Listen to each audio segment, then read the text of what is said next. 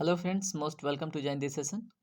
आज का सेशन इस सीरीज़ का 12वें नंबर का सेशन है। इसके पहले हमने 11 सेशन कवर कर लिए हैं जो आप प्ले लिस्ट में पा जाओगे। ठीक है, और इस सेशन का अप्रोच ये है, टॉप 10 एमसीक्यू देखेंगे जिसका एक्सप्लेनेशन हम हर एक एमसीक्यू के पीछे लगभग आपके 5 क्वेश्चन और भी कवर होंगे। ठीक है, तो चलिए इस सेशन को स्टार्ट करते हैं। देखते हैं आज के इंटरेस्टिंग क्वेश्चंस जो आपके हर एक स्तर के एग्जाम में लाभ पहुँचाएंगे। तो आज का फर्स्ट क्वेश्चन आपके सामने आ चुका है। देखिए क्या है। 26 जनवरी 1957 किसके लिए जाना जाता है, बताइए। संसद का दूसरा कार्यकाल शुरू हुआ, द्वितीय आम चुनाव हुआ, द्वितीय पंचवर्षीय योजना शुरू हुई, जम्मू कश्मीर का संविधान अस्तित्व में आया। तो इसका राइट आंसर क्या है? 26 जनवरी 1957 को जम्मू कश्मीर का जो संविधान है वो अस्तित्व में आया था। ठीक है, तो ये आपको पता होना चाहिए। ठीक है, चलिए आर्टिकल 370 की बात आप लोग जानते हैं। इसको अगस्त, वो कौन सा अगस्त था, ठीक है, और कौन सा ईयर था, ठीक है, दोनों आप बताएंगे कि कब इसको हटाया गया और इसमें संशोधन करके बकायदा इसको हटा दिया गया। किसको? आर्टिकल 370 को, जिसमें जम्मू कश्मीर के लिए अलग से संविधान का प्रावधान करता था। ठीक है, तो बताइएगा। काफ़ी चीज़ें परिवर्तित हो चुकी हैं फिलहाल तो। चलिए, हमने देख लिया क्या, 26 जनवरी 1957 के लिए जाना जाता है जम्मू कश्मीर का संविधान। ठीक है, अगला क्वेश्चन देखते हैं। तमिलनाडु विधान परिषद की स्थापना कब हुई, बताइए। 1982 में, 1983 में, 1986 में या 1989 में? तो इसका सही जवाब क्या है? 1986 में। ठीक है, option number C, Tamil Nadu Vidhan Parishad का स्थापना 1986 में हुआ। अब देखिए विधान परिषद आया है तो आप क्या करें, एक बारी चेक कर लें कि कितने स्टेटों में विधान परिषद है। ठीक है, वर्तमान में तो जानते हैं। और सबसे पहले क्या करते हैं, एक रफ स्केचिंग कर लेते हैं। ठीक है, भारत का, जिससे हम इजीली इसको याद कर पाएंगे, है ना। तो रफ स्केचिंग कर लेते हैं। Hold a minute, what is happening here. Okay, तो भारत का एक रफ इमेज हम यहीं पे बना लेते हैं। ठीक है,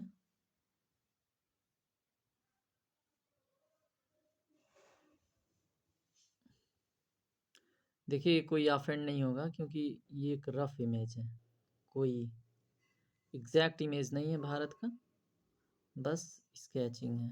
ठीक है,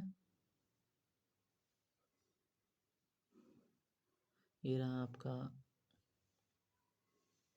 ओके, अब इसमें हम देख लेंगे क्या, कहाँ कहाँ पे क्या क्या है, कौन कौन से स्टेट हैं, कहाँ कहाँ पे विधान परिषद है। ठीक है, देखिए यहाँ पे है आपका आंध्र प्रदेश। ठीक है, क्या है, इसको थोड़ा सा अच्छे से स्केच करते हैं। है यहाँ पे आपका आंध्र प्रदेश, यहाँ पे विधान परिषद है। ठीक है, विधान परिषद को हम क्या बोलते हैं? Legislative council. तो इसको हम एलसी से डिनोट कर दिए। ठीक है, आंध्र प्रदेश में हो गया। उसके बाद कहाँ पे है? बिहार में। बिहार कहाँ पे है? बिहार। और कहाँ पे है? उत्तर प्रदेश में। उत्तर प्रदेश की स्थिति यहाँ पे है। ठीक है, तो बिहार और उत्तर प्रदेश दोनों में क्या है? लेजिस्लेटिव काउंसिल है। ठीक है, तो ये भी आपको पता होना चाहिए। और ठीक है, नहीं था तो पता हो गया। उसके बाद यहाँ पे आइए, कर्नाटक। ठीक है, तो कर्नाटक में भी क्या है? लेजिस्लेटिव काउंसिल है। उसके बाद महाराष्ट्र। ठीक है, महाराष्ट्र और कर्नाटक के बीच में गोवा है, तो गोवा में नहीं है। तो महाराष्ट्र में भी क्या है? लेजिस्लेटिव काउंसिल है। तो अभी देखिए कितने हुए, 5 हुए, और एक और जगह पे है। वो कौन सा प्रदेश है, बताइए? वो है आपका तेलंगाना। ठीक है, यहाँ पे है आपका आंध्र प्रदेश से छट के बना तेलंगाना। इसमें भी क्या है? लेजिस्लेटिव काउंसिल है। और अभी देखिए अगर बात किया जाए प्रस्तावित, कहाँ कहाँ के स्टेट गवर्नमेंट ने अनुमति दे दिया है वहाँ पे विधान परिषद बनाने के लिए। ठीक है, तो वो है उड़ीसा और असम। ठीक है, उड़ीसा और असम। तो आपका कहाँ पे है उड़ीसा? ये सेक्टर है आपका उड़ीसा का। ठीक है, ये प्रस्तावित है। और असम में आपका ये पूरा सेक्टर कवर करता है ऐसे। ठीक है, और ये भी प्रस्तावित है, किसके लिए? लेजिस्लेटिव काउंसिल के लिए। यानी कि विधान परिषद के लिए अनुमति इसने पार्लियामेंट को दे दिया है। ठीक है, तो अभी कितने हैं टोटल? अगर यूटी प्लस स्टेट देख लें तो उसमें 6 स्टेट हैं जहाँ पे क्या है, विधान परिषद है। ठीक है, चलिए अगला क्वेश्चन देखते हैं। संविधान के 73वें संशोधन ने देश में पंचायतों के राजनीतिक सशक्तिकरण की प्रक्रिया शुरू की थी। तब से भारत में सभी राज्यों और केंद्र शासित प्रदेशों में पंचायती पंचायत चुनाव नियमित रूप से आयोजित किया जाता है, जहां संविधान का भाग 9 होता है। ठीक है, और इनमें आपको बताना है कि कौन सा राज्य इसका अपवाद है। ठीक है, जहाँ पे ये व्यवस्था लागू नहीं है। तो हरियाणा ऑप्शन में है, बिहार है, केरल है और झारखंड है। तो इसका सही जवाब क्या होगा बताइए, अगर आपने पढ़ा हो। ठीक है, तो क्या सही होगा इसके लिए? इसका राइट आंसर क्या होगा बताइए? इसका राइट आंसर होगा झारखंड। ठीक है, तो झारखंड इस विषय का अपवाद है। यहाँ पे पंचायती राज व्यवस्था यानी कि 73वें संविधान संशोधन के द्वारा जो परिवर्तन हुए थे झारखंड में नहीं हुए हैं, और ये भाग 9 का विषय है। कब हुआ था? 1992 में। कौन सा संशोधन? 73वां संविधान संशोधन। इसमें पंचायती राज व्यवस्था संविधान में एक ऑटोनॉमस गवर्नमेंट के रूप में आई। ठीक है, और लागू होने वाली बात जब आए तो 1993 याद रखिएगा। ठीक है, 1993 में लागू हुआ था और इसमें बना था। ठीक है, या फिर संशोधन हुआ था। चलिए आगे बढ़ते हैं और देखते हैं अगला क्वेश्चन। निम्नलिखित में कौन सी सरकारी कार्यों के निर्वहन करता है? तो आपको बताना है निम्नलिखित जो दिए गए हैं उनमें कौन सरकारी कार्यों का निर्वहन करता है। राज्य के मंत्री, मंत्रिपरिषद, कैबिनेट, इनमें से कोई नहीं। इसका सही जवाब है ऑप्शन नंबर सी, कैबिनेट। ठीक है, तो सरकारी कार्यों का निर्वहन कौन करता है? कैबिनेट। ठीक है, ओके। चलिए अगला क्वेश्चन देखते हैं। शून्यकाल के बारे में कौन सा कथन सत्य है बताइए। शून्यकाल का संसदीय प्रक्रिया के नियमों में कोई जिक्र नहीं है। शून्यकाल 12 मतलब जो दोपहर में 12 बजता है उस पर होता है, शुरू होता है। शून्यकाल प्रश्न बिना अनुमति के पूछे जा सकते हैं शून्यकाल में, और सभी सही हैं। इसका सही जवाब क्या होगा? इसका जो सही जवाब होगा ये है ऑल ऑफ दी अबव। ठीक है, यानी कि जो शून्यकाल का जो मतलब एक है ना प्रक्रिया, जब संसदीय सत्र लगते हैं तो उसमें शून्यकाल भी आता है।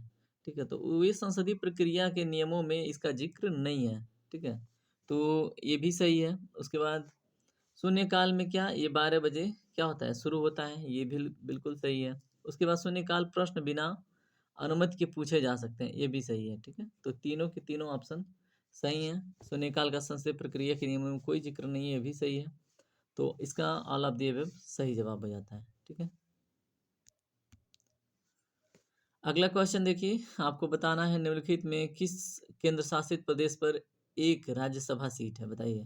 दमन और दीव, दादरा और नगर हवेली, लक्षद्वीप, पुदुचेरी। ठीक है, तो इसका सही जवाब क्या होगा? ऑप्शन नंबर डी, यानी कि पुदुचेरी। ठीक है,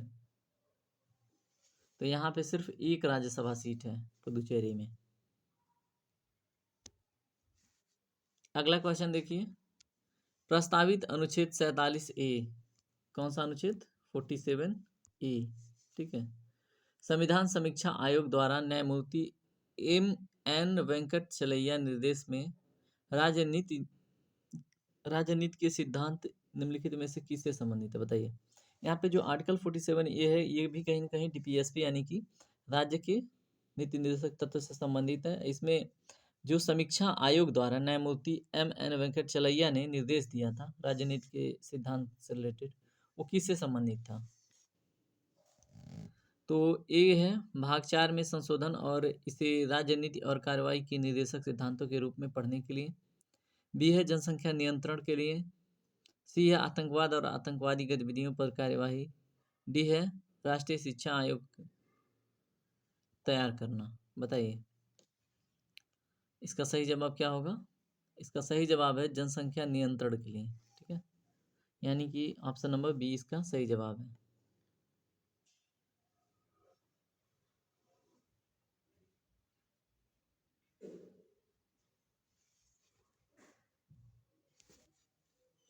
अगला क्वेश्चन देखिए, मनुष्य और नागरिकों के अधिकारों की घोषणा निम्न में से किस देश से संबंधित है? Britain, USA, France, Italy. इसका सही जवाब क्या है? इसका सही जवाब ऑप्शन नंबर सी, यानी कि फ्रांस से संबंधित है। ठीक है, मनुष्य और नागरिकों के अधिकारों की घोषणा फ्रांस से संबंधित है। निम्नलिखित में ये जो निम्नलिखित देश दिए गए हैं, ठीक है, तो किस देशों में लोकपाल की तर्ज पर प्रशासनिक सुधार आयोग 1966 द्वारा भारत में लोकपाल की स्थापना की सिफारिश की गई थी? मतलब किस देश का कॉपी किया था, तो बताना है। ठीक है, ए है फिनलैंड और नॉर्वे, बी है फिनलैंड, डेनमार्क और नॉर्वे, सी है फिनलैंड, डेनमार्क, नॉर्वे और स्विट्जरलैंड, डी है फिनलैंड, इंग्लैंड और नॉर्वे।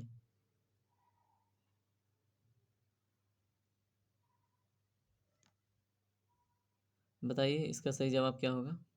इसका सही जवाब है फिनलैंड, डेनमार्क और नॉर्वे, यानी कि ऑप्शन नंबर बी इसका सही जवाब होगा। फिनलैंड में, डेनमार्क में और नॉर्वे में प्रशासनिक सुधार आयोग 1966 की ही तर्ज पर लोकपाल की स्थापना हुई थी या फिर की गई सिफारिश। कहाँ पे? फिनलैंड में, डेनमार्क में और स्विट्जरलैंड। और क्या, यहीं पे है केवल फिनलैंड, डेनमार्क और नॉर्वे में ये प्रस्तावित है। ठीक है, कब से? 1966 से। आपको बताना है निम्नलिखित में किस स्थिति में लोकसभा के स्पीकर और डिप्टी स्पीकर को कार्यकाल खाली करना होगा? बताइए। जब राष्ट्रपति चाहेगा, जब सत्ताधारी दल अविश्वास मत हार जाता है, जब वो सांसद नहीं हो, लोकसभा के विघटन के बाद तुरंत। इसका सही जवाब है जब वो सांसद नहीं हो। ठीक है, तो स्पीकर और डिप्टी स्पीकर के कार्यकाल को मतलब खाली करके, ठीक है, तो खाली करने वाली बात जब वो सांसद नहीं होंगे तभी किया जा सकता है। ठीक है,